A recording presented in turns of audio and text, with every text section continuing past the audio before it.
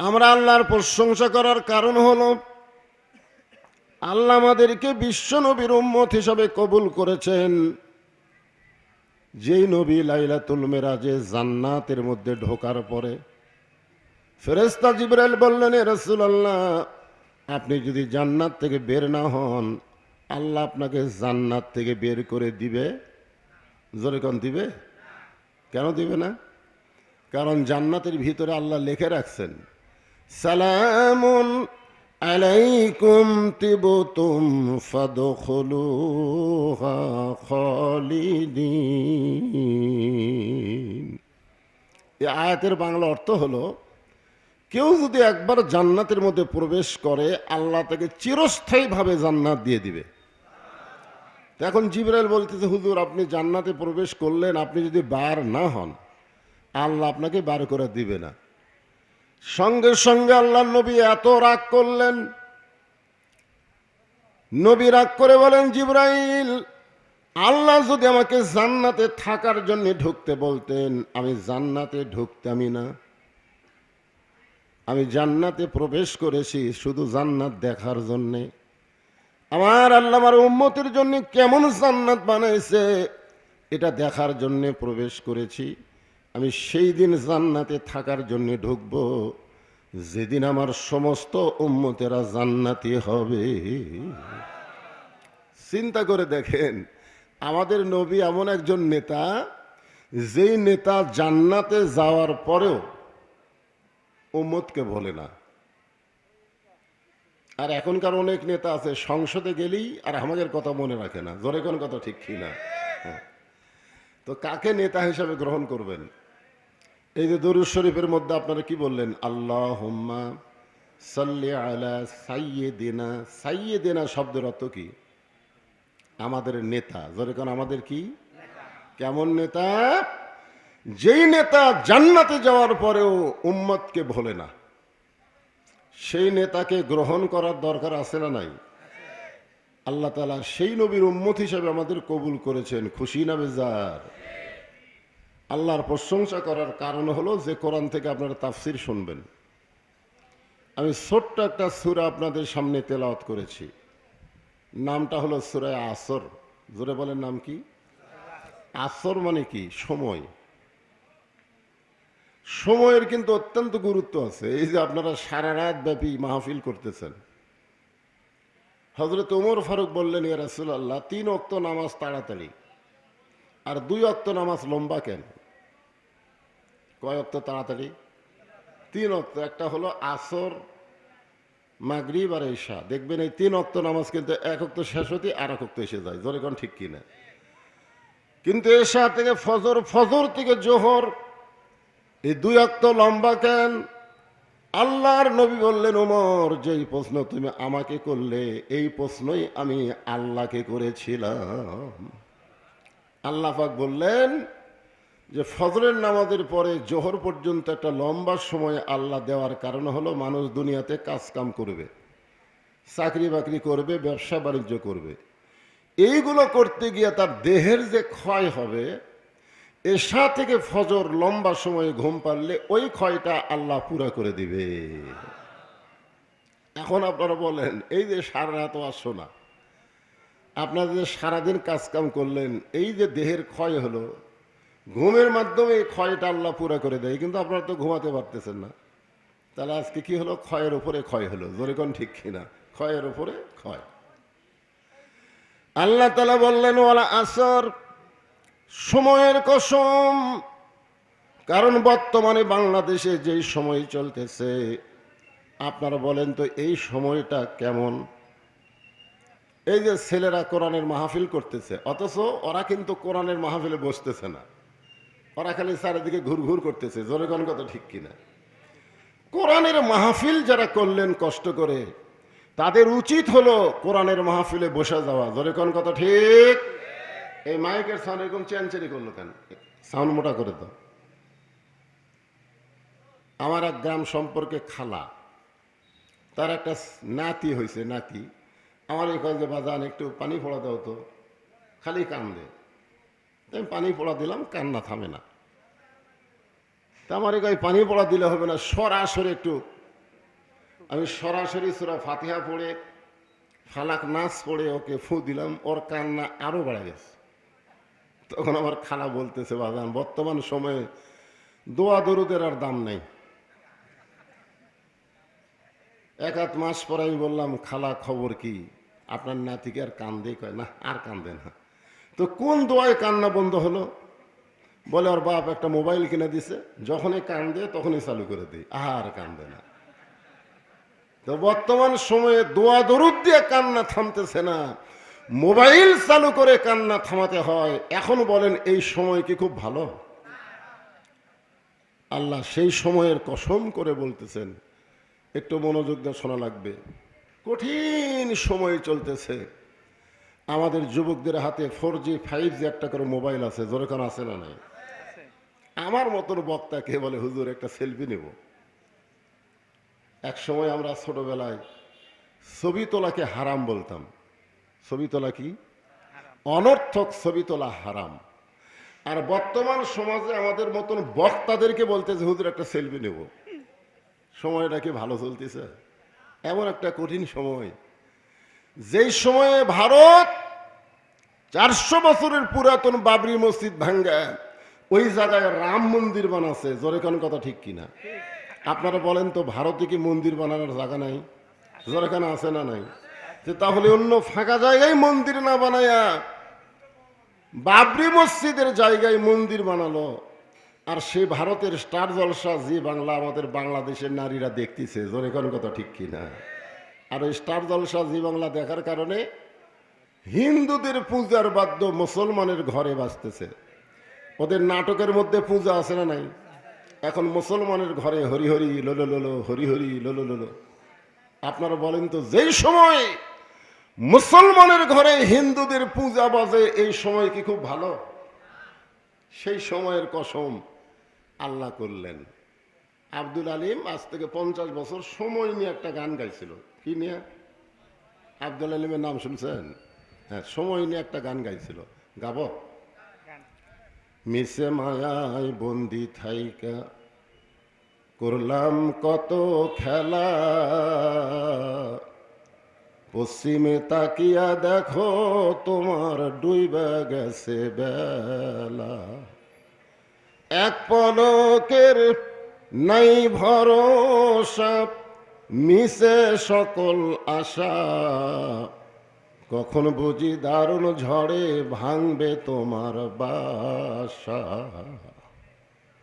দুই ছেলে চাষটলে গল্প করতেছে, অমুকের ফাঁসি হলো, অমুকের ফাঁসি হলো, অমুকের ফাঁসি হবে। আমি তখন কাছে গিয়ে বললাম, বাজান তোমাকেরও মৃত্যু হবে। যেই বলছি তোমাকে মৃত্যু হবে, আর চমকে উঠছে। আমি চমকে উঠলে কেন? কারণ ফাঁসির তারিখ আছে, মরার কোনো তারিখ নাই। জোরে কোন কথা ঠিক কিনা? আপনারা বলেন, আমরা যে মরবো, এই মরার কোনো তারিখ আছে? তাহলে যেই সময় আজকে আমাদের কাছ থেকে চলে যাচ্ছে, যে রাত আজকে আমাদের কাছ থেকে বিদায় নিচ্ছে, শত চেষ্টা করলে এই রাত, এই সময় কিন্তু আমরা আর ফিরে পাবো না। জোরে কোন কথা ঠিক কিনা? এই জন্য আল্লাহ তাআলা সময়ের কসম করলেন। সময়ের কসম করে, মাইকের সাউন্ডটা চ্যানচেন বেশি করতেছে বাবা, একটু চ্যানচেন কমায় দাও। সময়ের কসম করে আল্লাহ বললেন, ইন্নাল ইনসানা লাফি খুসর। শাব্দিক অর্থ আগে শোনেন, তাফসীর শোনার আগে শাব্দিক অর্থ শোনা লাগবে। ইন্না মানে নিশ্চয়। ইন্না মানে কি? ইনসান মানে মানুষ। ইনসান মানে, আচ্ছা এই মানুষের মধ্যে খালি কি পুরুষ মানুষ আছে না মেয়ে মানুষও? এখন আমাকে একজন প্রশ্ন করছে যে হুজুর, পুরুষ মানুষ মারা গেলে আমরা 3 কাপড় দেই, মেয়ে মানুষ মারা গেলে আমরা 5 কাপড় দেই, কিন্তু হিজড়া যদি মরে কয় কাপড়? আমি জীবনে প্রথম আটকে গেলাম, কারণ আমাকে এলাকাত একটা হিজড়াও মরেনি। আপনাকে এলাকাত কোনো হিজড়া মরছে? তা আমাকে এখন বলতে যে হুজুর, পুরুষ মানুষ মারা গেলে 3 কাপড়, মেয়ে মানুষ মারা গেলে 5 কাপড়, তো হিজড়া মরলে কয় কাপড়? আমি তো আশ্চর্য হয়ে গেলাম, কারণ মানুষের মধ্যেও হিজড়া আছে। জোরে কোন আছে না নাই? আপনাকে পার্শ্ববর্তী রংপুরে জাতীয় পার্টির সভাপতির সাথে কিন্তু একটা হিজড়া দাঁড়া ছিল, জোরে কোন কথা ঠিক কিনা, দাঁড়া ছিল না? আমি ঝিনাইদহ ওয়াজ করতে যাই, দেখি মাহফিলের প্রধান অতিথি চেয়ারম্যান সাহেব, উনি আবার হিজড়ে। এখানে আল্লাহ বলতেছেন ইন্নাল ইনসানা লাফি খুসর, নিশ্চয় মানুষগুলো ক্ষতির ভিতরে। এরপর আল্লাহ বললেন ইল্লাল্লাযীনা আমানু ওয়া আমিলুস সলিহাতি ওয়া তাওয়াসাউ বিল হক ওয়া তাওয়াসাউ বিস সবর। এখানে চারটা বিষয়, জোরে কোন কয় বিষয়? চারটা বিষয় নিয়ে আমি আপনাদের সামনে আলোচনা করব। আমি কোনো মাহফিল আমার ওয়াজের যারা শুনেছেন, ইউটিউবে শোনেন আর যেখানে শোনেন, আমি কোনো দিনও বলিনি যে আমি অসুস্থ। ওয়াজের টেজে আসে আমি কোনো দিনও বলিনি, কিন্তু আজকে আসলে আমি খুবই অসুস্থ। রাস্তার মাঝখানে অসুস্থ হয়ে গেছিলাম। এখানে আসার পর থেকে আমি কোনো কিছু খাইনি, না খেয়ে আছি, কারণ আমার প্রেশারটা এত বেড়ে গেছে। ওষুধ খাচ্ছি তাও কমতেছে না, ডায়াবেটিসও বেশি। তো এখন এসে যখন সারছি, আপনাদের সামনে তো কিছু কথা বলাই লাগবে, জোরে কোন ঠিক কিনা? খুব গুরুত্ব দিয়ে কথাগুলো শুনবেন। চারটা বিষয় আমি আপনাদের সামনে আলোচনা করব, খুব মনোযোগ দিবেন। এক নম্বর বিষয় হলো ঈমান। যেরকম এক নম্বর বিষয় কি? ঈমান যদি না থাকে, আপনি যতই আমল করেন, কোনো আমল আল্লাহর দরবারে কবুল হবে? আসরের নামাজ পড়ে জমির ধান দেখবার গেছে, জমির ধান দেখবার যায়, দেখে উপর জমির পানি চলমল করতেছে, নিচে আর জমির পানি নেই। ও এখন চারিদিকে তাকাইছে, এরকম চারিদিকে তাকা, দেখে কেউ নেই। আস্তে করে বসে ওই জমির আল কাটা দিছে, আল কাটা দিয়ে ওই পানি দিয়ে হাত ধোছে, ধুই আবার দাঁড়ায় চারিদিকে তাকায়, দেখে কেউ নাই। তখন বলতেছে আলহামদুলিল্লাহ, কেউ দেখেনি। আপনারা বলেন তো, লোকটা আসরের নামাজ আছে কিন্তু কি নাই? জোরে বলেন, কি নাই? আপনি যতই নামাজ পড়েন, আপনি যদি কোন এক সময় বলেন আল্লাহর ধন নবীরে দিয়ে, আল্লাহ গেছে গায়েব হইয়া, নবীর ধন খাজা নিয়া শুয়ে আছে আজমিরে, কেউ ফেরে না খালি হাতে, খাজা রে তোর দরবারে। সুবহানাল্লাহ না নাউজুবিল্লাহ? আমার দয়াল বাবার দরবারেতে কেউ ফিরে না খালি হাতে।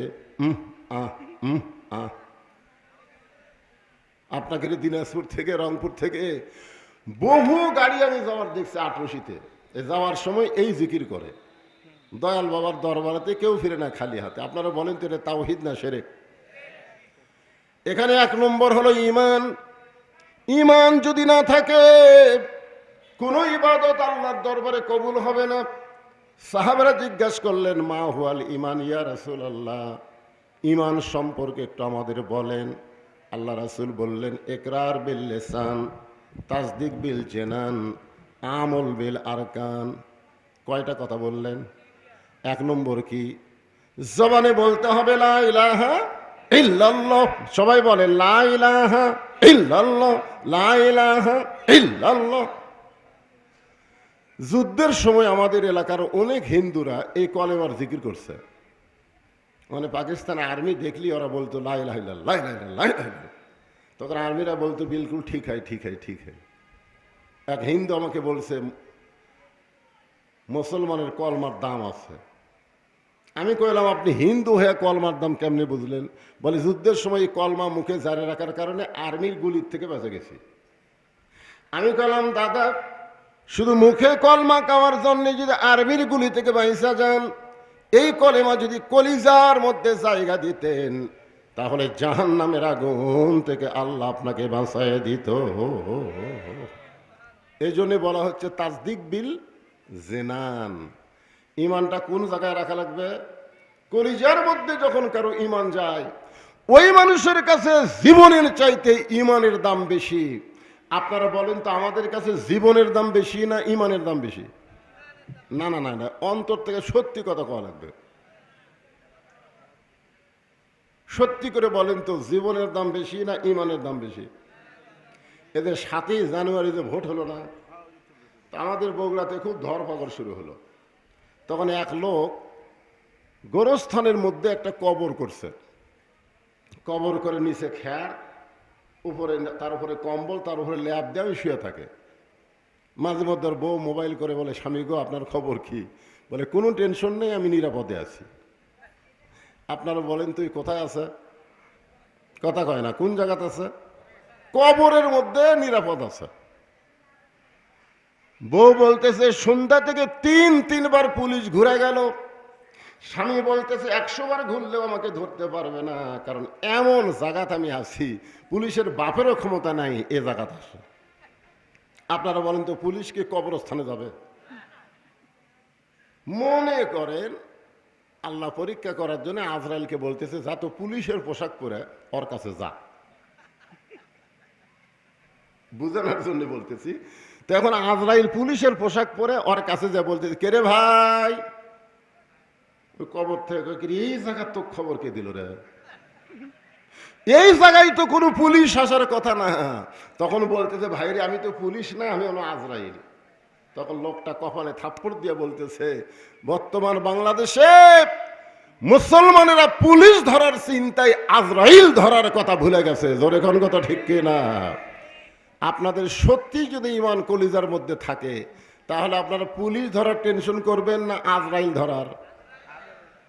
গভীর রাত্রে খাদিজাতুল কুবরা আল্লাহ নবীর হাত ধরে কাঁদতেছে। আল্লাহ রাসূল বলে, খাদিজা দুনিয়ার সবাই ঘুম পাড়ে আর আপনি এমন করে কাঁদেন কেন? খাদিজা বলে, রাসূল আল্লাহ আপনি না ঘুমাইলে আমি কোনোদিন ঘুমাই না। হুজুর আপনি যখন ঘুমায় গেছেন এমন সময় আমি ঘুমের একটা দোয়া পড়তেছি, আল্লাহুম্মা বিইসমিকা আমুতু। আপনারা এই দোয়া পড়েন না? কি দোয়া পড়েন তো? আল্লাহুম্মা বিইসমিকা আমুতু। খাদিজা বলতেছে, হুজুর ওই আমুতু বলার সঙ্গে সঙ্গে অন্ধকার কবর আমার সামনে হাজির হয়ে গেছে। আপনি বলেছেন যেই ব্যক্তি সর্বশেষে মারা যাবে তাকে অন্ধকার কবরে 50,000 বছর থাকা লাগবে। ইয়া রাসূলুল্লাহ, ওই অন্ধকার কবরে কোনো বাতি নাই, সাথী নাই, বালিশ নাই, খেতা নাই, অন্ধকার কবর আমি কেমনে থাকবো? আল্লাহ রাসূল খাদিজার কপালে চুমা দিয়ে বললেন, ঈমান গ্রহণ করার পরে আপনি আল্লাহর সঙ্গে যে সম্পর্ক গড়ে তুলেছেন, আল্লাহ আপনার কবরকে জান্নাত বানায়া দিবে। সুবহানাল্লাহ যে বললেন, কথাটা কি আপনার বুঝতে পারলেন? ঈমান গ্রহণ করার পরে আপনি আল্লাহর সঙ্গে যে সম্পর্ক গড়ে তুলেছেন, আল্লাহ আপনার কবরকে জান্নাত বানায় দিবে। আপনার বলেন তো ঈমান গ্রহণ করার পরে আল্লাহর সঙ্গে সম্পর্ক করতে গেলে 1 নম্বর ইবাদতের নাম কি? সবাই বলেন রে ভাই। আচ্ছা, যে ব্যক্তি নামাজ পড়ে না, আল্লাহ রাসূল বলেছেন লা সালাতা লা ঈমানা, যার নামাজ নাই তার ঈমান নাই। আপনারা যারা আমার সামনে বসে বসে ওয়াজ শুনতেছেন, আপনাদের মধ্যে কারা কারা ঈশার নামাজ পড়েননি? না, হাত তুলবার বলবো না।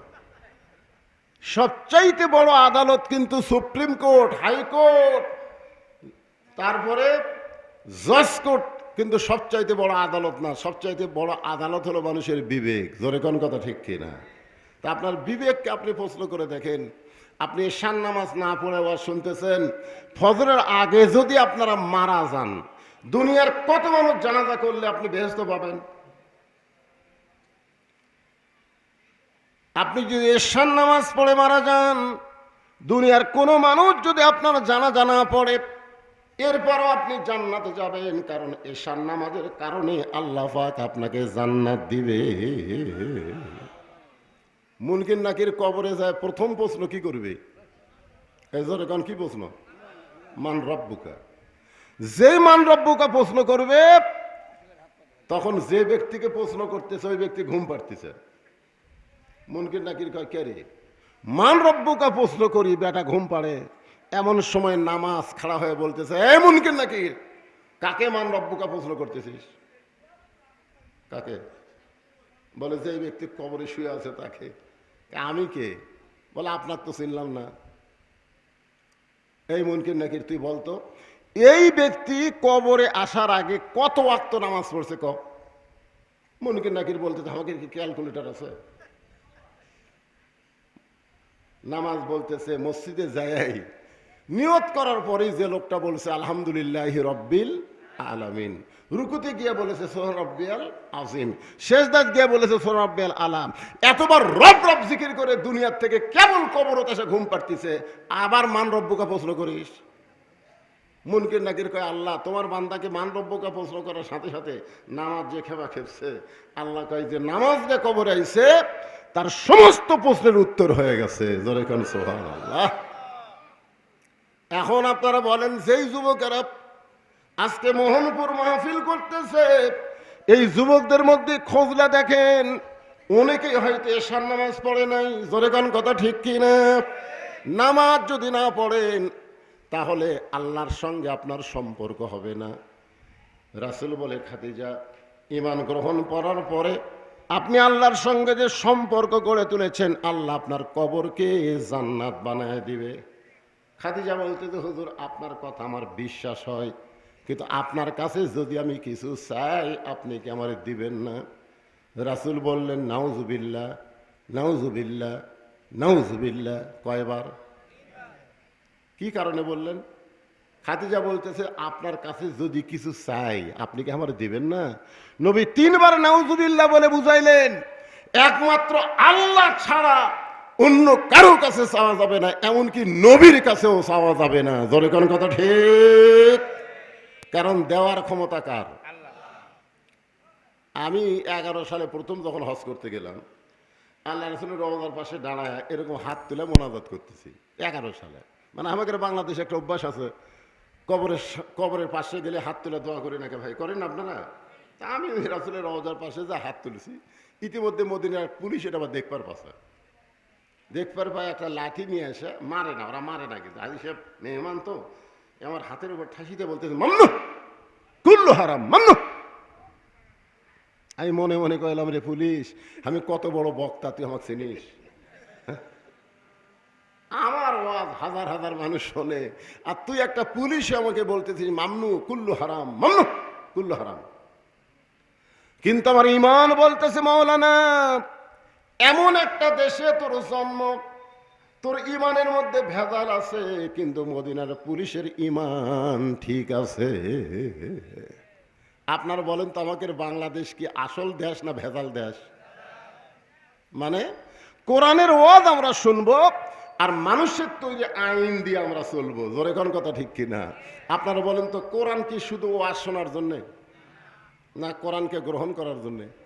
আপনারা আর কি শুনতেছেন রে? বসে থেকে শুনতেছেন। আর আবু জেহেল নবী যখন কোরআন পড়েছে তখন চোরের মতন চুপি চুপি বাহির থেকে শুনছে। সকালবেলা সে মিটিংয়ের মধ্যে বলতেছে এত সুন্দর কোরআনের বাণী রাতটা কোন দিক দিয়ে গেল আমি বুঝবারই পারিনি। সুবহানাল্লাহ কবেন না? আপনার বলেন তো আবু জেহেল কি কোরআনের বিপক্ষে কছে না পক্ষে কছে? তো তাহলে সুবহানাল্লাহ কন। এত সুন্দর কোরআনের বাণী রাতটা কোন দিক দিয়ে গেল বুঝবার পারিনি। আবু সুফিয়ান বলেন এটা যেই কোরআন শুনতে এত সুন্দর লাগে ভালো লাগে রাতটা কোন দিক দিয়ে গেল বোঝা যায় না, সেই কোরআন গ্রহণ করলে অসুবিধা কি?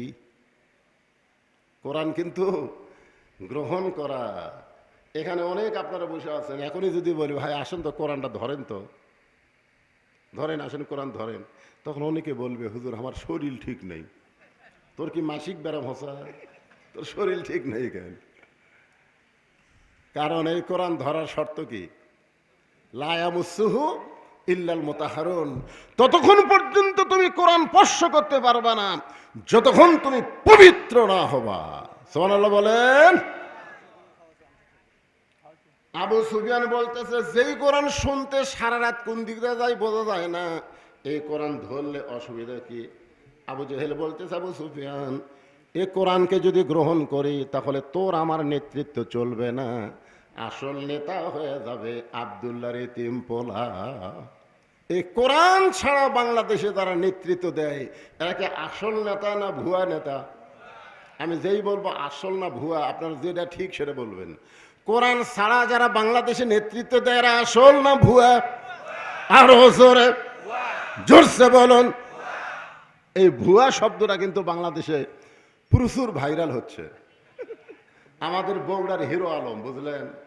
হিরো আলম যখন বই মেলাত গেছে তখন হিরো আলমকে সবাই বলছে ভুয়া ভুয়া ভুয়া। আর একটা বুড়া একটা চেংড়িকে বিয়ে করছে, আপনারা জানেন। আপনাদের ঠাকুরগাঁও না কোন জায়গায় একটা চেংড়িকে বিয়ে করছে মোস্তাক আহমদ। ওই শালা বুড়া বিয়ে কর। আচ্ছা আপনারা বলেন, মোস্তাক আহমদ বুড়া হয়ে বিয়ে করুক, কিন্তু বিয়ে করার পরে ওই মেয়েটাকে যদি বোরকার মধ্যে রাখতো তাহলে সাংবাদিক বুঝবার পারত, কারণ বোরকার মধ্যে ছুরি না বুড়ি এটা বোঝা যাবে। কিন্তু শালা বদমাইশ কি করছে, বিয়া তো করছে বুড়া হইয়া, আবার বউটাকে বেয়া পর্দার মধ্যে রাখার কারণে যেই বই মেলাত গেছে সবাই বলতেছে ভুয়া ভুয়া ভুয়া ভুয়া। আর একজন নেতা গেছিল, যেই নেতা বিসমিল্লাটাই ঠিক মতো খবর পারে না, ওই নেতা যখন বই মেলাত গেছে তখন সবাই বলছে ভুয়া ভুয়া ভুয়া। আল্লাহর কোরআন ছাড়া যারা নেতৃত্ব দেয় এরা আসল না ভুয়া?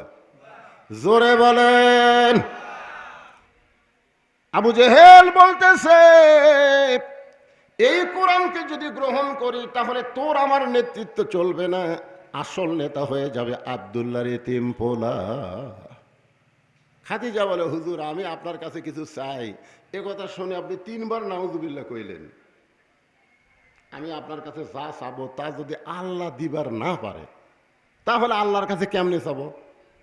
নবী সোমকে বলে খাদিজা আল্লাহ দিবার পারে না এ কথা মুখে আনাই যাবে না। খাদিজা বলতে যে হুজুর মনে করেন আপনার সাথে আমার বিয়া হয়নি, গভীর রাত্রে আমি আল্লাহকে বলতেছি আল্লাহ খাদিজার পেটে একটা বাচ্চা দাও, আপনি বলেন আল্লাহকে দিবি? আল্লাহকে দিবার পারবি? দিবার পারবি না। দিবার পারবে কিন্তু দিবে না কেন? আল্লাহ একজনকে দিয়েছিল, তার নাম হলো মরিয়ম। জোরে গান, তার নাম কি? স্বামী ছাড়া পেটে বাচ্চা দেওয়ার কারণে জাকারিয়া নবীকে সবাই যখন আক্রমণ করলো, জাকারিয়া কান্দে আর বলে আল্লাহ কাম করলে তুমি আর পিটন খাচ্ছি আমি। আল্লাহ বলে জাকারিয়া বাবা আদমকে আমি বাপ মা ছাড়া দুনিয়াতে প্রেরণ করেছি, আর ঈসাকে বাবা ছাড়া দুনিয়াতে প্রেরণ করলাম। কিয়ামত পর্যন্ত স্বামী ছাড়া আর কারো সন্তান পেটে আসবে না। এখন যদি বর্তমানে কোনো মেয়ে কয় যে আমার পেটে বাচ্চা আল্লাহ দিছে, আপনারা বিশ্বাস করবেন? যতক্ষণ করবেন একটু মনোযোগ দিবেন। খাদিজা বলতেছে ইয়া রাসূলুল্লাহ আমি আপনার কাছে যা চাবো তা যদি আল্লাহর না থাকে তাহলে আল্লাহ কেমনে দিবে? নবী চমকে গিয়ে বলে খাদিজা আল্লাহর নাই এ কথা বলাই যাবে না। খাদিজা বলে হুজুর আল্লাহর বাপ নাই, আল্লাহর মা নাই, আল্লাহর মৃত্যু নেই। নবী চমকে গিয়ে বলে খাদিজা তাহলে আপনি কি চান? খাদিজা বলে হুজুর আমি যখন দুনিয়া থেকে বিদায় নিব আপনার কাছে 3টা জিনিস আমি চাই। 1 নম্বর হলো গাড়ি হীরার মধ্যে আপনি কোরআন শরীফ পেয়েছেন, সোনালো বলেন। কোরআনের 5টা আয়াত যখন আপনার উপর নাজিল হলো, আপনি গাড়ি হীরা থেকে আসার পরে আপনার পরনের যে জুব্বাটা, যেই জুব্বা পর অবস্থায় আল্লাহ কোরআনের আয়াত নাজিল করেছে, যেই জুব্বা পরে ফেরেশতা জিবরাইল আপনার সঙ্গে কোলাকুলি করেছে, আমি মরে যাওয়ার পর এই জুব্বাটা আমার কাফনের কাপড় হিসাবে দিয়া দিবে। আমার 2 নম্বর চাওয়া হলো আপনার পবিত্র হাত দিয়ে আমার দেহখানা কবরের মধ্যে নামায় দিবেন। আমার 3 নম্বর চাওয়া হলো কবরে মাটি দিয়া সবাই যখন চলে আসবে এমন সময় 2টা ফেরেশতা কবরের মধ্যে ঢুকবে। আপনারা বলেন তো এই 2টা ফেরেশতার নাম কি? আপনারা জানেন না 2টা ফেরেশতা কবরের মধ্যে ঢুকবে, নাম কি? ফেরেশতা আসিয়া যখন জিজ্ঞাসা করিবে দিন কি তোমার মাবুদকে বা তখন কি বলিবে। আচ্ছা এই গান গাইলে কি গুনাহ হবে? তাহলে সবাই গান না কেন বাইরে? রাত বেশি হয়ে গেছে বুঝলেন না, খালি বক্তা একলা ওয়াজ করলে হবে, তাই সবাই একটু তাল দেন। ফেরেশতা আসিয়া যখন জিজ্ঞাসা করিবে দিন কি তোমার মাবুদকে বা তখন কি বলিবে। আল্লাহ বিনে নাই রে মাবুদ, আল্লাহ বিনে নাই রে মাবুদ, জবানে তাই বলো রে বলো মুখে আল্লাহ রাসূল সবে বলো। সঙ্গে সঙ্গে আল্লাহ নবী খাদিজার কপালে চুম্বন দিয়ে বলে খাদিজা আমার আগে যদি আপনার মৃত্যু হয় তাহলে আপনার 3টা চাওয়াই আমি পুরা করব ইনশাআল্লাহ। এখানে নবী কিন্তু একটা মারাত্মক কথা কইছে, বলেন তো কি কথা? আমার আগে যদি আপনার মৃত্যু হয়। এ কথার দ্বারা নবী বুঝাইলেন কে কখন মরবে এটা নবীও, কিন্তু হামাকের মধ্যে মনে হয় কিছু লোক জানে। 5 তলার উপরে 1.5 লাখ টাকার খাট, 12,000 টাকার কম্বল ওড়ে, তা মানে 9টার সময় দিয়ে বলতেছে আমার বাড়ি আমার ঘর, আমাক নামাইকে। 2 কান্দে 2 ফেরেশতা বলতেছে আল্লাহ, ঘুমানোর আগে মানুষ আল্লাহুম্মা বিইসমিকা আমুতু আহিয়া এই দোয়া পড়ে ঘুমাই, আর এই বেটা কি কইলে আমার বাড়ি আমার ঘর আমাক নামাইকে। কয়টার সময়? 9টার সময়। জোরে কোন কয়টার সময়? রাত যখন 3টা বাজে তখন 40 সেকেন্ডের একটা ভূমিকম্প, খালি 2বার বিল্ডিং ঝাঁকি মারছে, ওই এত ফোর্সে নামছে, কম্বলের মধ্যে লুঙ্গি খোলা আছে, ওই লুঙ্গিটাও পর্যন্ত পরার টাইম পায়নি। ফেরেশতা কয় আল্লাহ নামাইলা, তাই বলে ন্যাংটা করে নামালা। আল্লাহ বলে জনগণ যখন পারবে না, আমার নামান হলো ন্যাংটা করে। এদের সবাই আমার সঙ্গে একটু বলবেন, তো ইজ্জুমান তাসা বলেন, তো ইজ্জুমান তাসা অতুজিল্লুমান তাসা বিয়াদিকাল খায়র ইন্নাকা আলা কুল্লি শাইইন কাদির। মা খাদিজা দুনিয়া থেকে বিদায় নেওয়ার পরে আল্লাহ রাসূল তাকায় দেখে খাদিজার পেট থেকে নবীকে আল্লাহ 4টা মেয়ে দিছে। জোরে কোন কয় মেয়ে? আমরা দুনিয়ার লোকেরা খালি ফাতেমার ওয়াজ শুনি, কিন্তু ফাতেমা ছাড়াও যে নবীর আরো 3টা মেয়ে ছিল। আপনার বলেন তো, ফাতেমা ছাড়া আরো যে 3টা মেয়ে তাদের নাম কি? আচ্ছা, নবীর মেয়ের নাম মুখস্থ রাখলে সওয়াব না পাপ? ইমাম গাজ্জালি বলেছেন যে 10 জন সাহাবীকে আশারে মুবাশশারা ডিগ্রি দেওয়া হয়েছে, এই 10টা সাহাবীর নাম অনর্গল যে ব্যক্তি মুখে বলতে পারবে, মৃত্যুর সময় 10টা সাহাবীর রুহানি তাওয়াজ্জুহ আল্লাহ তার প্রতি নাজিল করে তার জবানে ঈমানের কলেমা জারি হয়ে যাবে। ভালো মানুষের নাম মুখস্থ থাকার দরকার আছে না নাই? তাহলে নবীর 4টা মেয়ের নাম কোন?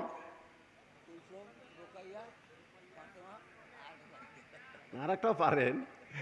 শোনেন, একটার নাম হলো জয়নাব। জোরে বলেন নাম কি? জয়নাবের জীবনী পড়লে আপনি আশ্চর্য হয়ে যাবেন। জয়নাব আবু লাহাবের বেটার সঙ্গে বিয়ে হয়েছিল, এত নির্যাতন করেছে নবীর এই মেয়ে জয়নাবকে, শেষ পর্যন্ত জয়নাব শহীদ হয়ে দুনিয়া থেকে চলে গেছে। আমরা খালি ফাতেমার ওয়াজ শুনি রে, জয়নাবের ওয়াজ করি না। কুলসুমাক চেনেন? কুলসুমা চেনেন? ওসমান গনি রাদিয়াল্লাহর সঙ্গে বিয়ে হয়েছিল কুলসুমা। আর একটা মেয়ের নাম হলো রোকেয়া। আর সকলেই যে মেয়েটাকে জানি চিনি তার নাম হলো ফাতেমা। জোরে বলেন নাম কি? নবী তাকায় দেখে খাদিজা দুনিয়া থেকে বিদায় নেওয়ার পরে 4টা মেয়ে কাঁদতেছে। 3টা মেয়ের কান্নার শব্দ শোনা যায়, কিন্তু একটা মেয়ের কান্নার কোনো সাউন্ড নাই। 3টা মেয়ের কি শোনা যাচ্ছে? কান্নার শব্দ।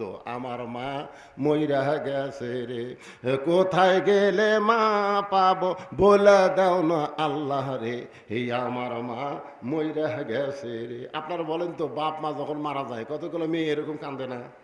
আমার এলাকার এক মেয়ে কাঁদতেছে, আমার বাবা মইরা গেছে রে, মরার আগে খাট দিবার চাইছিল, সে খাট আমাকে দিবে কে, এই আমার বাবা মইরা গেছে রে।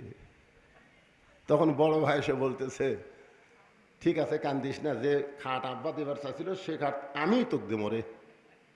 তখন আবার বলতেছে, আমার বাবা মইরা গেছে রে, মরার আগে খাট দিবার চাইছিল, বড় ভাই সেই খাট দিবে, এখন ল্যাপ তোষক দিবি কে, আমার বাবা মইরা গেছে রে। তখন দ্বিতীয় ভাই সে বলতেছে, কান্দিস না, ল্যাপ তোষক আমি দেবো। তখন এই সাইডে যা বলতেছে, মানুষ বুড়া হলে তো মরবেই। এইরকম কিছু মেয়ে মানুষ আছে না নাই? যেরকম আছে না, কান্দে আর বান্দে, কান্দে আর বান্দে। নবী তাকায় দেখে 3টা মেয়ে কাঁদতেছে, কান্নার শব্দ শোনা যায়। আর একটা মেয়ে কাঁদতেছে, কান্নার কোনো শব্দ নাই, তার চোখ দেখালি দর দর করে পানি পড়তেছে। ওই মেয়েটার নাম হলো ফাতেমা।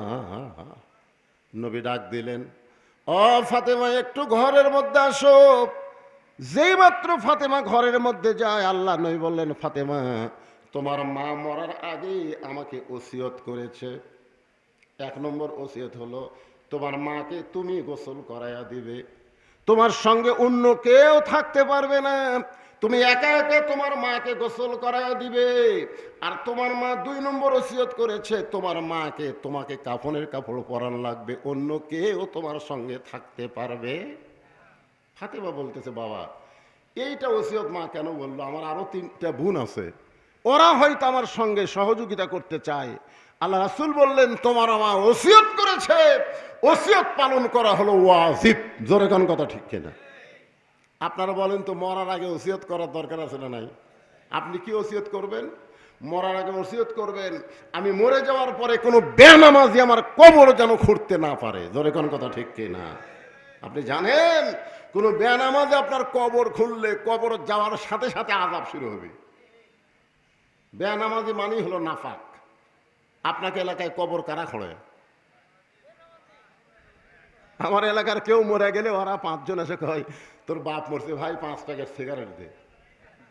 তখন 5 প্যাকেট সিগারেট ওরা মুকুট ধরায় গোরস্থানত গেছে, গোরস্থানত যাই কোদাল মারতেছে ওর মুকুট সিগারেট, যাই মাটি তুলতেছে ওই একটা সিগারেট খাচ্ছে, যাই সমান করতেছে ওই একটা সিগারেট।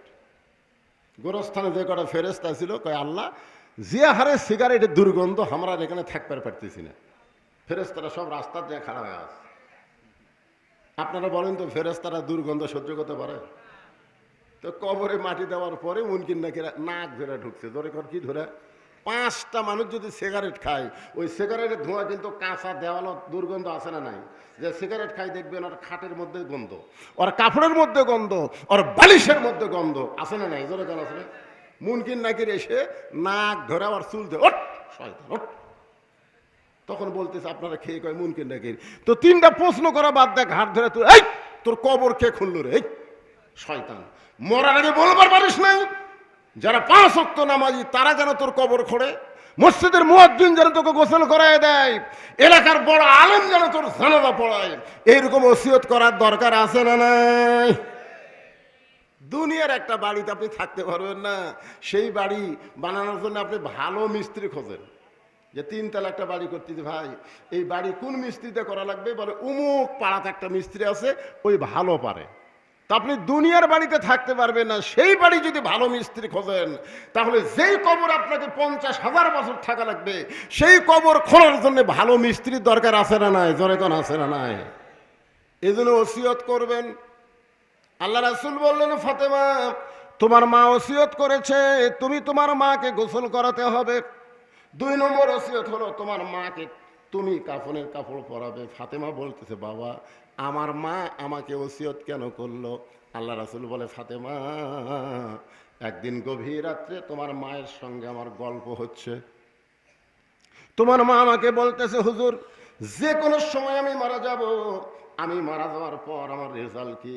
আল্লাহ রাসূল বলে খাদিজা এই দুনিয়াতে 10 জন পুরুষ জান্নাতের সার্টিফিকেট পাইছে, আবার 10 জন নারীকেও আল্লাহ জান্নাতের সার্টিফিকেট দিয়েছে। আমরা খালি জানি 10 জন পুরুষ। খাদিজা বলে হুজুর নারীদের মধ্যে কারা 10 জন? আল্লাহর নবী বললেন পুরুষের মধ্যে 1 নম্বর হলো আবু বকর, আর নারীদের মধ্যে 1 নম্বর হলো খাদিজাতুল কুবরা। খাদিজার সেই আনন্দ, নারীকের মধ্যে আমি হলাম 1 নম্বর রে।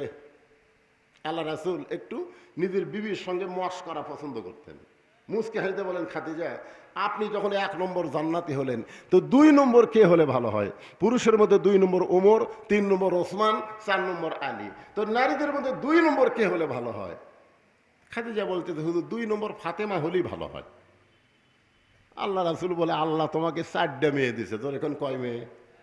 তুমি কুলসুম আর রোকেয়া জয়নাবের নাম না বলে তুমি ফাতেমার নাম কেন বলতেছো? খাদিজা বলে হুজুর আপনি নবী হবার পারেন, আপনি যে বাবা, বাবা আনন্দে মাতিয়া সাগরে ভাসাইয়া সেই যে চইলা যায় খবর লয় না, মাজন ধরিয়া উদরে কত কষ্ট করে 10 মাস পরে পায় প্রসবের বেদনা, এমন দরদি ভবে কেউ হবে না আমার মা, মা গো।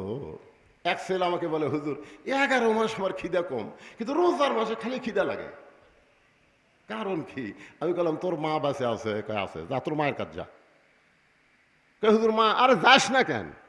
ও তখন মায়ের কাছে গিয়ে বলতেছে, মা 11 মাস আমার খিদা কম, রোজার মাসে খিদা বেশি কেন?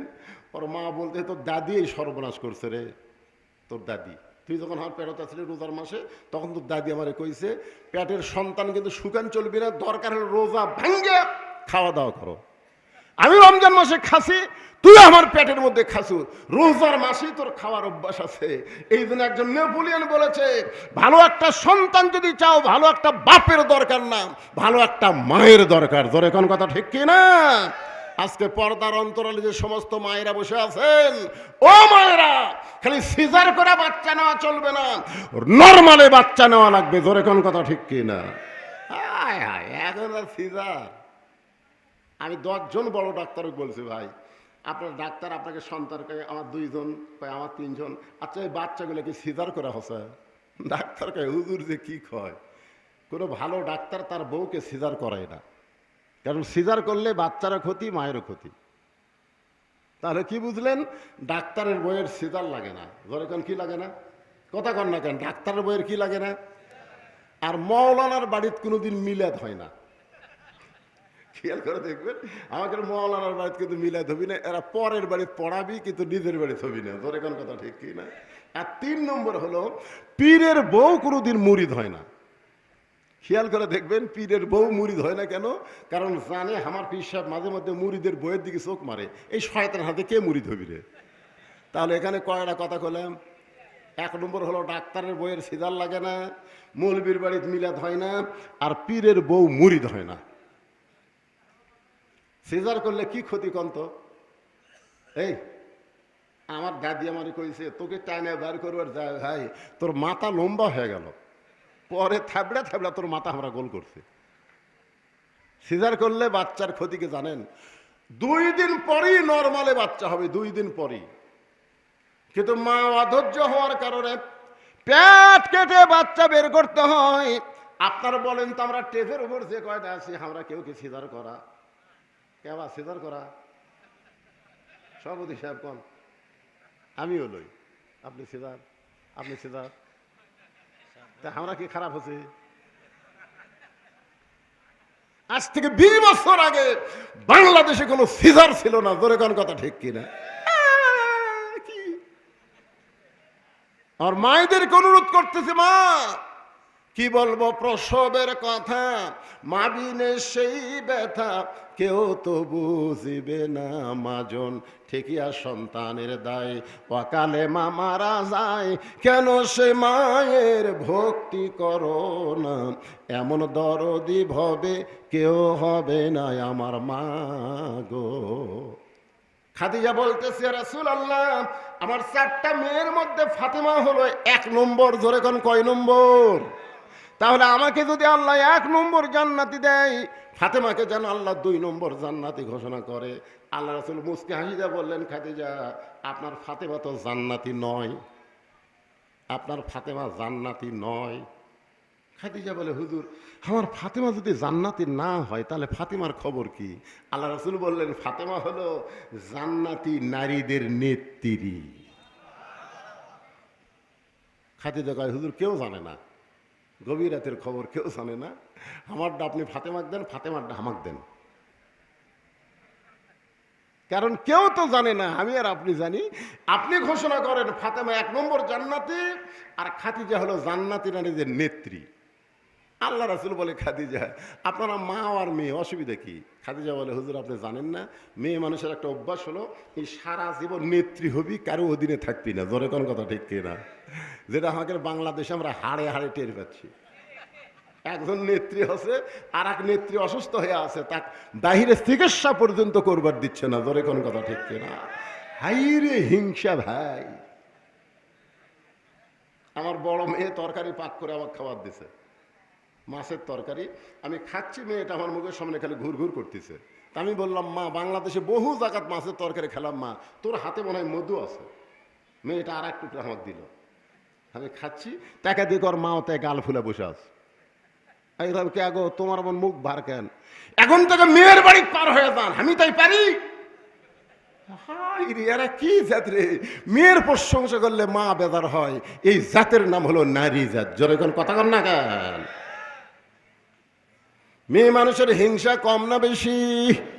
খাদিজা বলতেছে, রাসূলুল্লাহ, আমি হব জান্নাতীদের নেত্রী, আর ফাতেমা হবে 1 নম্বর জান্নাতী। রাসূল বললেন, খাদিজা, আমি হলাম বন্টনকারী, দেওয়ার মালিক হলো আল্লাহ। আল্লাহ নবী কি কারি? বন্টনকারী, দেওয়ার মালিককে। খাদিজা বলে, হুজুর, মা হোক বাদ দে, মেয়েকে আল্লাহ খাতুনে জান্নাত ডিগ্রি কেন দিল? আল্লাহ রাসূল বলে, খাদিজা, আপনাকে আমি 2টা প্রশ্ন করব, আপনি দেখেন তো উত্তর দিয়ে কি রেজাল্ট পান। 1 নম্বর প্রশ্ন হলো, আপনি কত বছর বয়সে ইসলাম গ্রহণ করছেন? খাদিজা বলে, হুজুর, 55 বছর বয়সে ইসলাম গ্রহণ করছি। আল্লাহ রাসূল বলে, ইসলাম গ্রহণ করার আগে আপনি কি ছিলেন? খাদিজা বলতেছে, আমি কাফের ছিলাম। আল্লাহ নবী বললেন, খাদিজা, আপনার হায়াতের 55 বছর আপনি কুফরি হালে কাটাইছেন, এখন আপনি বলেন আপনার ফাতেমা কত বছর বয়সে ইসলাম গ্রহণ করছে? খাদিজা বলতেছে, জান্নাতি, জান্নাতি, আমার ফাতেমা জান্নাতি হয়েই জন্মগ্রহণ করছে। আল্লাহ রাসূল বলে, খাদিজা, 2 নম্বর প্রশ্ন হলো, আপনার নাকের সাইজ, মুখের সাইজ, দাঁতের সাইজ, আপনার গায়ের রং, এটা দুনিয়ার কত পুরুষ বলতে পারে? খাদিজা বলতেছে, হুজুর, 40 বছর বয়সে যখন আপনাকে স্বামী বলে স্বীকার করলাম, ওই সময় মক্কার সবচাইতে বড় ব্যবসায়ী ছিলাম। ওই ব্যবসা করার কারণে হাজার হাজার পুরুষের সঙ্গে আমার লেনদেন হয়েছে। আমার নাকের সাইজ, মুখের সাইজ, গায়ের রং হাজার হাজার পুরুষ বলতে পারে। আল্লাহ রাসূল বলে, খাদিজা, এখন বলেন আপনার ফাতেমার মুখের সাইজ কেমন, ফাতেমার দাঁতের সাইজ কেমন, ফাতেমার গায়ের রং কেমন, এটা দুনিয়ার কত পুরুষ বলতে পারে? খাদিজা কান্দের বলে, আমার ফাতেমা পর্দানিশী, পর্দার মধ্যেই জন্ম নিয়েছে। যেদিন ফাতেমা আমার পেট থেকে জন্ম নিল, আমি মা হইয়া তাকায় দেখি ফাতেমা তার ইজ্জত 2 হাত দিয়ে চেপে ধরে আছে। রাসূল বলে, খাদিজা, ফাতেমা শুধু জন্মের সময় পর্দানিশী না, আমি নবী হিসাবে বলতেছি, ফাতেমা পর্দার মধ্যেই বড় হবে। শুধু পর্দার মধ্যেই বড় হবে না, ফাতেমা পর্দার ভিতর দুনিয়া থেকে বিদায় নিবে। গভীর রাত্রে ফাতেমা হযরত আলীকে বুকের মধ্যে নিয়ে বলে, স্বামী গো, আল্লাহ পাক আমার দোয়া কবুল করেছে। আলী বলতে যে, ফাতেমা দোয়া কবুল করছে, আনন্দ করো। ফাতেমা বলে, স্বামী কি দোয়া কবুল করছে আপনি কি শুনবেন না? আলী বলতে যে, ফাতেমা কি দোয়া কবুল করছে? ফাতেমা বলতেছে, আল্লাহ পাক আমাকে পর্দার ভিতরে মৃত্যু দিবে। আলী বলতেছে, যে মেয়েটা সবসময় পর্দার মধ্যেই থাকছে, তার মৃত্যু তো পর্দার মধ্যে হবে রে। বাংলাদেশের মেয়েরা পর্দা করে না, মরার পরে তাদের পর্দা শুরু হয়ে যায়। জোরে কোন কথা ঠিক কি না? আপনাকে এলাকার মেয়েরা কয় কাপড়? কথা কয় না, কয় কাপড়? আবার খাটনি কি দিয়ে ঢাকা থই? চাদর দিয়ে ঢাকা থই। ফেরেশতা কয়, আল্লাহ, এই মেয়ে যখন জীবিত আসলো গোটা পাড়া ঘুরিছে, আর মরার পরে 5 কাপড় দিয়ে আবার খাটনি চাদর দিয়ে ঢাকছে, কারণ কি? আল্লাহ বলে, দেশের নাম বাংলাদেশ রে, এই দেশে মেয়েরা বাঁচতে পর্দা না করলেও মরার পরে করে রে। আমার মায়েদের বলতেছি, মা, মরার পরে যদি 5 কাপড় আপনাদের দিতে হয়, তাহলে জীবিত অবস্থায় আরো কাপড় বাড়ানো লাগবে। জোরে কোন কথা ঠিক কিনা? আলী বলতেছে, ফাতেমা, সারা জীবন পর্দার মধ্যে থাকলে আল্লাহ তোমার পর্দার মধ্যে মৃত্যু দিবে, তাহলে কান্দার কারণ কি? ফাতেমা বলে, স্বামী গো, আমার মৃত্যু কবে হবে এইটাকে আপনি শুনবেন না? আলী বলে, ফাতেমা, মৃত্যুর খবর দুনিয়ার কোনো মানুষ বলতে পারে না। ফাতেমা বলতে, স্বামী গো, আল্লাহ পাক আমাকে জানাইছে আজকে গভীর রাত্রে ফাতেমার মৃত্যু হবে। যেই বলছে গভীর রাত্রে মৃত্যু হবে, গাছের গোড়া কাটলে গাছটা যেমন ঠাস করে পড়ে যায়, হযরত আলী তেমনি পড়ে গেলেন ঘরের মাজায়। মা ফাতেমা মুচকি মুচকি হেসে স্বামীর মাথাটা উরাতের উপরে নিয়ে কপালে একটা চুম্বন দিয়ে বলে, এমন করে আপনি কাঁদবেন না, কারণ আসলে যাইতে হবে।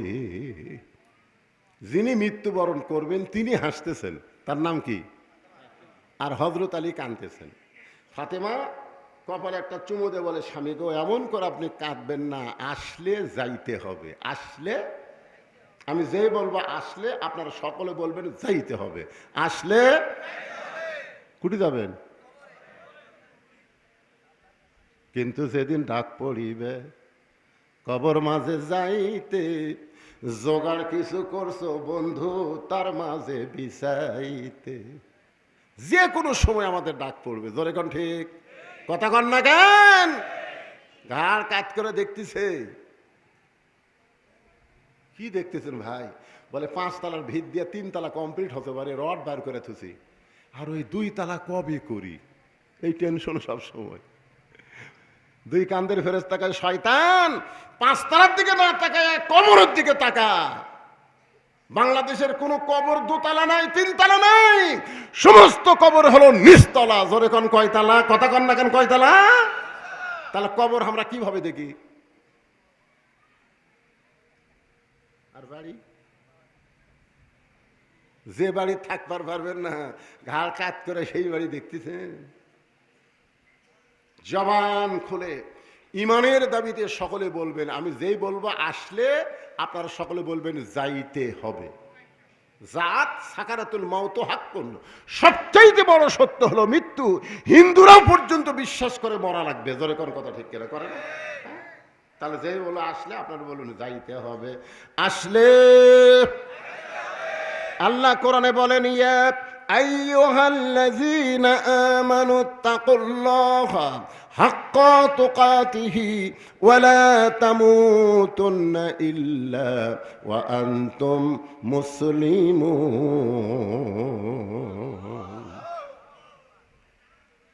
গভীর রাত্রে ফাতেমা দুনিয়া থেকে চলে গেল। হযরত আলী নিজের কাঁধে করে ফাতেমাকে দাফন করলেন। কারণ ফাতেমা মরার আগে 3টা শর্ত দিছে। জোরে বলেন কয়টা? 1 নম্বর শর্ত হলো রাতের অন্ধকার আমাকে কবর দেওয়া লাগবে। 2 নম্বর শর্ত হলো আমার কোনো জানাজার ব্যবস্থা করবেন না। 3 নম্বর শর্ত হলো আমার লাশটা কিন্তু খাটনি তুলবেন না। আপনারা বলেন তো একটা মহিলা মারা গেলে সবার কাঁধে কি সে চড়তে পারবে? পারবে? আচ্ছা শালি মরে গেছে, দুলা ভাই যদি কয় শালির লাশ আমি কবরত নিয়ে দেবো, চলবে? চাচাতো ভাই, ফুয়াতো ভাই, খালাতো ভাই, তো যে লাশ কান্দত লিবার পারবি না তার কি সাথে দেখা করা যায় না? হারাম। এ কথা কন না, দেখা করা যায় না। এটা আমার চাচাতো ভাই হয়, চাচাতো। ফাতেমা কান্দের বলে আমার বাবা 6 মাস আগে দুনিয়া থেকে চলে গেছে। আমার হাসান হোসেন এত ছোট, মায়ের লাশ কান্দে নিবার পারবে না। আপনি শুধু আমাকে কান্দে করে নিয়ে ওই জান্নাতুল বাকির পূর্ব কোণায় সবুজ রঙের একটা বাতি জ্বলবে, ওই বাতি বরাবর আমাকে দাফন করবেন। হযরত আলী গভীর রাত্রে ফাতেমার দেহখানা কান্দে করে নিয়ে ওই জান্নাতুল বাকির সবুজ রঙের বাতি বরাবর দাফন করে দোয়া করতেছে, আল্লাহ ফাতেমারে কবুল করো। দোয়া করার শেষ তাকায় দেখে পুরাতন কবর দেখা যায়। এই মাত্র ফাতেমার নতুন কবর, সেই কবর আর নাই। আলী বলে এখনই ফাতেমার কবর দিলাম, সেই কবরটা গেল কোন জায়গায়? চিল্লায় বলে ফাতেমার কবর, ফাতেমার কবর। কে জানো? বলে আলী রে। ফাতেমা পর্দা নিশি, আমি আল্লাহ জোহরা ডিগ্রি দিয়া ফাতেমার কবরটাকে কিয়ামত পর্যন্ত পর্দা করে দিয়েছি। মায়েরা, ও মা, পর্দার অন্তরে যারা বসে আছেন মা, সন্ধ্যা থেকে আপনাদের কোনো ওয়াজ হয় নাই, এজন্য আমি অসুস্থ মানুষ আপনাদের জন্য একটু ওয়াজ করে দিলাম। মা, পর্দা যদি না করেন একটা ইবাদত আল্লাহ কবুল করবে না। জোরে কোন কথা ঠিক কি না? মেয়েদের 1 নম্বর আমল হচ্ছে ও আমিলুস সালেহা, সূরা আসরের বিষয়। 1 নম্বর নেক আমল হচ্ছে পর্দা। একটু মনোযোগ দিবেন। রাসূল বলে ফাতেমা যাও তোমার মাকে গোসল করায় দাও। মা নিজেই তার মাকে গোসল করায় দিলেন। গোসল করানো শেষ হয়ে গেছে, এখন বলতেছে বাবা আমার মাকে কাফনের কাপড় পরাবো, আপনি কাফনের কাপড়ের ব্যবস্থা করেন। সঙ্গে সঙ্গে নবী আমার ওই জুব্বা, কোন জুব্বা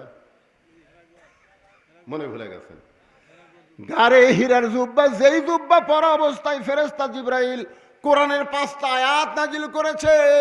নবী যখন বলতেছে আমি পড়তে পারি না, ফেরেশতা জিবরাইল নবীকে বুকের মধ্যে চাইবা ধরছে। ওই জুব্বাটা নবী আর কোনোদিন গায়ে দেয় নাই। মাঝে মধ্যে জুব্বা দিয়ে গেছে ওনার খাত হয়ে, খাদিজা বলে হুজুর আমার বড় লোক, ওই জুব্বাটা আমার কাফনের কাপড় হিসেবে দিয়ে দিবেন।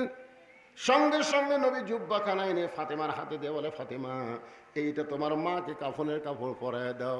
ফাতেমা জুব্বা নিয়ে কান্দের, বলে, বাবা আমি মায়ের মুখে শুনেছি আপনি নাকি রাখাল ছিলেন, আর আমার মা ছিল মক্কার সবচাইতে ধনবতী। আপনি একজন রাখাল ছিলেন, মা ছিল সবচাইতে ধনবতী। আজকে আমার সেই ধনবতী মা মারা গেল, মক্কার দোকানে কি নতুন কোনো কাপড় নাই, নতুন কাপড় না দিয়া এই পুরাতন জুব্বা দিচ্ছেন। বাবা মরে যাওয়ার সঙ্গে সঙ্গে কি মার কথা আপনি ভুলে গেলেন? রাসূল কান্দের, বলে, ফাতেমা এই জুব্বা দুনিয়ার সাধারণ কোনো জুব্বা নয় মা, এই জুব্বার সঙ্গে আল্লাহর কোরআনের সম্পর্ক রয়েছে। আপনারা সত্যি করে বলেন, এই কোরআনের সম্পর্ক যার সাথে থাকবে তার দাম কমবে না বাড়বে? একই গাছের কাঠ দিয়া তিনটা জিনিস বানাচ্ছে, একটা হলো সোফা, একটা হলো খাট, আর একটা হলো রেহাল। চিন্তা ভাবনা করে বলেন তো, এই তিনটা জিনিসের মধ্যে, খাট, সোফা আর রেহাল, এই তিনটা জিনিসের মধ্যে দাম বেশি কার? সবাই বলেন দাম বেশি কার? কারণ খাটের সাথে মানুষের সম্পর্ক, সোফার সাথে মানুষের সম্পর্ক, আর রেহালের সাথে আল্লাহর কোরআনের সম্পর্ক। রেহালের ওপর এরকম কোরআন সব আছে, বুঝলেন? হঠাৎ কোরআন সব লিবার যায়, ফট করে রেহাল পায়ের ওপর পড়ছে, ওই রেহাল তুলাই 3 বার চুমা খাচ্ছে। রেহাল কয়, কেরে খাট, এই দেখ আমাকে লাত্তি মারেনি, তাহলে পায়ের ওপর পড়েছি, আমাকে 3 বার চুমা খেলো, তোর কে খবর কি? একে গাছের মধ্যেই তো আমরা ছিলাম। খাট কয়, ভাই আমাকে লাত্তানোর জন্য রে। সোফা বলতেছে, আমার ওর পাও তুলে বসে রে। কে রে? খাট সোফা তোর কক লাগতে, আর আমি পায়ের কাছে বললাম আমার 3 বার চুমা খায়, কারণ কি রে? খাট আর সোফা বলতেছে, আমাদের সাথে হলো মানুষের সম্পর্ক, আর তোর সঙ্গে আল্লাহর কোরআনের সম্পর্ক। আল্লাহর কোরআনের সাথে সম্পর্ক করলে তার দাম বাড়ে না কমে? এখন যদি আপনাদের বলি, আপনারা কারা কারা কোরআনের সাথে সম্পর্ক করবেন? 2 হাত তুলে একটু আল্লাহকে দেখার লাগবে, কারা কারা করবেন? লিল্লাহি তাকবীর। আপনি সবাই তোলেন, আল্লাহ কবুল করে নাও। আল্লাহ লিল্লাহি তাকবীর। হাত নামান। হাত। ফাতেমা যাও তোমার মাকে কাফনের কাপড় হিসেবে পরায় দাও। আল্লাহ নবীর গাড়ি হীরার জুব্বা ফাতেমা নিয়ে গেলেন মা খাদিজাকে পরানোর জন্য। নবী আমার পিছনে পিছনে, ফাতেমার সামনে সামনে। কোরআনে আল্লাহ বলেছেন, আমার নবী যখন রাস্তা চলবে নবীর সামনে কেউ যাবার পারবে, কিন্তু ফাতেমা যখন রাস্তা চলে তখন আল্লাহ নবী ফাতেমাকে সামনে দিয়ে নিজেই পিছনে পিছনে যায়। মা এসে একদিন জিজ্ঞাসা করছিল, ইয়া রাসূলুল্লাহ আপনার মেয়ে ফাতেমা আপনার সামনে যায়, আপনি পিছনে যান, কারণ কি? আল্লাহ রাসূল বলে, আয়েশা দুনিয়ার সবাই জানে ফাতেমা হলো আমার মেয়ে, কিন্তু আমি নিজের চোখে দেখেছি ফাতেমা হইল আমার মা। জোরে কর না সুবহানাল্লাহ। সেই ফাতেমার সামনে সামনে, নবী পিছনে পিছনে। যেই ঘরে মা খাদিজার দেহ শুয়ে আছে ওই ঘরের মধ্যে ফাতেমা জুব্বা নিয়ে ঢুকলেন। আল্লাহ নবী দরজা বন্ধ করে দাঁড়িয়ে থাকলেন। কিছুক্ষণ পর ফাতেমা দরজা খুলল। নবী তাকায় দেখে ফাতেমা মুস্কি মুস্কি হাসতেছেন। আল্লাহ রাসূল চমকে গিয়ে বলে, ফাতেমা কানতে কানতে তুমি ঢুকলে আর হাসতে হাসতে তুমি দরজা খুললে। ফাতেমা বলতেছে, বাবা কানতে কানতে কেন ঢুকলাম এটাও আপনি জানেন, হাসতে হাসতে দরজা খুললাম এটাও আপনি জানেন। রাসূল বলে, ফাতেমা কানতে কানতে তুমি ঢুকলে এটা আমি জানি, কারণ মাকে মেয়ে কাফনের কাপড় পরাবে, অবশ্যই কানবে, কিন্তু হাসতে হাসতে দরজা খুললে এটা আমি জানি না। এ কথার দ্বারা আমাদের ঈমান পরিষ্কার করা লাগবে, আল্লাহর নবী গায়েব জানে। জোরে বলেন জানে। এখন অনেক ভণ্ড বক্তা বাড়াইছে, তারা নাকি বলে পীর সাহেবরাও নাকি গায়েব জানে। দেখেন ফাতেমা বলতেছে, বাবা কানতে কানতে কেন ঢুকলাম এটা আপনি জানেন, হাসতে হাসতে দরজা কেন খুললাম এটা আপনি জানেন। রাসূল বললেন, কানতে কানতে ঢুকলে আমি জানি, কারণ মেয়ে তার মাকে কাফনের কাপড় পরাবে, এই জন্যে কানতে কানতে ঢুকলো, কিন্তু হাসতে হাসতে দরজা খুললে আমি জানি না। ফাতেমা বলতেছে, বাবা আমি মনে করতাম আপনি ভিতরেও জানেন বাহিরেও জানেন। আল্লাহ রাসূল বলে, ফাতেমা মা ইয়ানতিকু আনিল হাওয়া ইন হুয়া ইল্লা ওয়াহুন ইউহা। রাসূল বলেন, ফাতেমা তুমি হাসতে হাসতে দরজা কেন খুললে? আমি নবী হয়ে তোমার কাছে জানতে চাই। কারণ কানতে কানতে ঢুকলে মায়ের শরীরে কাফনের কাপড় পরাবা, আর হাসতে হাসতে কেন দরজা খুললে? আমি নবী জানতে চাই। নবী যদি জানবার চাই ফাতেমা হাসতে হাসতে দরজা কেন খুললো, আমরা নবীর উম্মত হিসাবে জানার অধিকার আছে না নাই? কারা কারা জানবেন? আল্লাহকে একটু হাত দেখান তো দেখি। লিল্লাহে তাকবীর। মারাত্মক কথা, মারাত্মক কথা। ফাতেমা বলতেছে, বাবা আপনার ওই জুব্বাখানা নিয়ে যখন ঘরের মধ্যে গেলাম, ইয়ানজুরু বি নূরিল্লাহ, এই দুই চোখ বাদ দিয়ে আমি নূরের সাহায্যে দেখলাম। রাসূল বলে, ফাতেমা কি দেখলাম? ফাতেমা বলতেছে, বাবা যা দেখলাম সেইটা আমি বলবো, তাহলে আপনি হন শ্রোতা আর আমি ফাতেমা হলাম বক্তা। আল্লাহর কোরআনের সঙ্গে সম্পর্ক রাখার জন্যে আপনার সকলেই কিন্তু হাত তুলেছিলেন। ফাতেমা বলতেছে, বাবা আপনার জুব্বা নিয়ে যখন আমি আমার মাকে পড়াবার চাই, ইয়ানজুরু বি নূরিল্লাহ, আমি নূরের চোখ দিয়ে তাকায় দেখি আমার মাকে আল্লাহ জান্নাতের পোশাক পরাইয়া দিছে। সঙ্গে সঙ্গে নবী বসে বললেন, বসে পড়ে মাটির মধ্যে হাত দিয়ে কান্না শুরু করে দিলেন। ফাতেমা বলে, বাবা আমার মাকে আল্লাহ জান্নাতের পোশাক পরাইয়া দিছে, এইটা শোনার পর আপনি কান্দেন কেন? আল্লাহ রাসূল বলে, ফাতেমা এই কান্না দুনিয়ার সাধারণ কোনো কান্না না, এই কান্না হলো আমার জীবনের আনন্দের কান্না। প্রথম যখন আমি নবী হলাম, আমি কার কাছে কলেমার দাওয়াত দিব এই টেনশন আমি করতেছিলাম। আমি টেনশন করতেছিলাম, কারণ সবাই নবী বলে বিশ্বাস করলো, বউ কিন্তু কি মনে হয় 39 বছর আমি ওয়াজ করি, এখন পর্যন্ত আমার বউ আমাকে হুজুরই কয়নি। আমি একদিন বইয়ের হাতে 500 টাকা দিয়ে বললাম, একবার খালি হুজুর কও তো দেখি, তোমার মুখে হুজুর শুনতে কেমন লাগে? বউ টাকা নিয়ে বলতেছে, জনগণ আপনাকে চিনে না তাই হুজুর কর। কিন্তু আমি তো চিনি আপনি মালটা কি, হুজুর হয় এত সহজ নয়। নিজের বইয়ের কাছে হুজুর হওয়া যে কত বড় কঠিন। আর সর্বপ্রথম নিজের বিবি খাদিজা আমাদের নবীকে নবী বলে স্বীকার করেছে। জোরে কোন সুবহানাল্লাহ। এই জন্য আল্লাহ কোরআনে বললেন, লাকাদ কানা লাকুম ফি রাসূলিল্লাহি উসওয়াতুন হাসানা। যদি সফলতা অর্জন করতে চাও, বউ তাকে সর্বোত্তম নবী বলে স্বীকার করেছে, তার আদর্শকে গ্রহণ করে নাও। আজকে আমাদের বাংলাদেশে যত নেতা আছে, বলেন তো নেতার বইয়েরা কি নেতা আদর্শ নেতা বলে? কথা কন না কেন বলে? রাসূল বলে, ফাতেমা তোমার মা সর্বপ্রথম আমাকে নবী বলে স্বীকার করেছে। আমার মনে হয় এই কারণে আল্লাহ তাআলা তার শরীরে জান্নাতের পোশাক পরাইয়া দিছে। আল্লাহর নবী নিজের হাতে খাদিজাকে কবরের মধ্যে নামায় দিলেন। নিজের হাত দিয়ে খাদিজাকে কবরে নামাচ্ছেন। নবীর চোখ দিয়ে দর দর করে পানি পড়তেছে। আবু বকর বলে, ইয়া রাসূলুল্লাহ আপনি নবী হয়ে যদি এমন করে কাঁদেন তাহলে আমরা কেমনে সহ্য করব? রাসূল বলে, আবু বকর এই খাদিজাকে যখন আমি কবরে নামাইতেছি, আমি নবী নয়, আমি হলাম একজন হতভাগ্য স্বামী। আমার খাদিজা যতদিন জীবিত ছিল, আমি নবী ততদিন দ্বিতীয় কোনো বিয়া করি নাই। আপনারা বলেন তো, মা খাদিজা যতদিন জীবিত ছিল, রাসূল কি ততদিন দ্বিতীয় বিয়া করছে? বহুদিন মা খাদিজা বলেছে, হুজুর এই বুড়ির সাথে সংসার করতে গিয়া আপনার যৌবন শেষ হয়ে যাবে, আপনি আর একটা বিয়ে করেন। আল্লাহ রাসূল বলে, খাদিজা আপনি যদি শুধু আমার বিবি হইতেন আমি বিয়ে করতাম, কিন্তু আপনি শুধু আমার বিবি না, আপনি হলেন আমার দরদ। শিশুকালে মইরা গেছে মা, গর্ভে থাকতে মরছে পিতা, নবী চোখে দেখলেন না। কে করিবে লালন পালন, কে দিবে সান্ত্বনা, এই দুনিয়ার বড় এতিম নবী ছিলেন একজনা। রাসূল বলে, আবু বকর যত রাতে হোক না কেন, 2টা বাজলো না 3টা বাজলো না 4টা বাজলো, আমি যখন দরজাতে এসে দাঁড়াই, সঙ্গে সঙ্গে খাদিজা দরজা খুলে দেয়।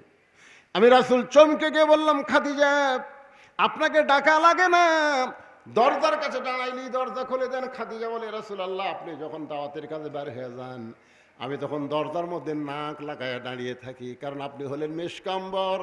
যখনই আপনি আসেন আপনার সুগন্ধে আমি দরজা খুলে দেই। রাসূল বলে, খাদিজা তাহলে আপনি কি ঘুমাবেন না? খাদিজা বলে, হুজুর ওই দিন একলা ঘুমাবো যেদিন আমার মরণ হবে। যেদিন আমার মরণ হবে সেই দিন একলা ঘুমাবো। জীবিত অবস্থায় আপনাকে না ঘুমায়া আমি কোনোদিন ঘুমাবো না। রাসূল কান্দের বেলা, ও বাক্কার, আমার খাদিজা আজকে কবরে একা হয়ে ঘুমায় গেল। আমার মন চাইলেও আমি খাদিজার সঙ্গে কবরে থাকতে পারবো না। কবরে মাটি দেওয়ার পর সবাই যখন চলে গেছে, আল্লাহর নবী খাদিজার কবর ছাড়েন না। ঘন্টার পর ঘন্টা নবী দাঁড়ায় থাকে। আল্লাহ বলে, হাবিব সবাই খাদিজার কবরে মাটি দিয়ে চলে গেল, অথচ আপনি কেন খাদিজার কবর ছাড়েন না? রাসূল বলে, আল্লাহ মুনকির নাকির খাদিজাকে 3টা প্রশ্ন করবে, খাদিজা উত্তর দিবার পারবে না। খাদিজার পক্ষে আমি একটু উত্তর দেওয়ার জন্য দাঁড়িয়ে আছি। আল্লাহ কয়, হাবিব আপনি শুধু খাদিজাকে ভালোবাসেন, আজকে শুনে নাও, আজকে শুনে নেন, আমি আল্লাহ তেমন ভালোবাসি। আল্লাহ রাসূল বলে, আল্লাহ আপনি খাদিজাকে ভালোবাসার কারণ কি? বলে, খাদিজা দুনিয়ার জীবনে কবরকে স্মরণ করে কান্নাকাটি করছে। যেই ব্যক্তি দুনিয়াতে কবরকে স্মরণ করে কান্দে, কবরের ঘরে তাকে আর কোনো কষ্ট দেওয়া হবে না। আমাদের সকলের সামনে কবর আছে না নাই? কবরের প্রস্তুতি নেওয়া লাগবে ভাইজান। আমি মনেই করতেছিলাম না যে আজকে অসুস্থ অবস্থায় আপনাদের সামনে কিছু কথা বলতে পারবো, কিন্তু আপনাদের বসার সাইজ ভালো। এই ভালো হওয়ার কারণে আমি অসুস্থ শরীর, প্রেশার বেড়ে গেছে, ডায়াবেটিস বেড়ে গেছে, এরপরেও কিছু সময় আপনাদের সামনে আলোচনা করলাম। আল্লাহ পাক বক্তা এবং শ্রোতা সকলকেই আমল করার তৌফিক দান করুক। সকলে বলে আল্লাহুম্মা আমিন। আমি সংক্ষিপ্ত একটা মোনাজাত করব। মাজুর মানুষ, অসুস্থ মানুষ, আপনাদের নিয়ে একটা মোনাজাত করব। আল্লাহুম্মা আমিন।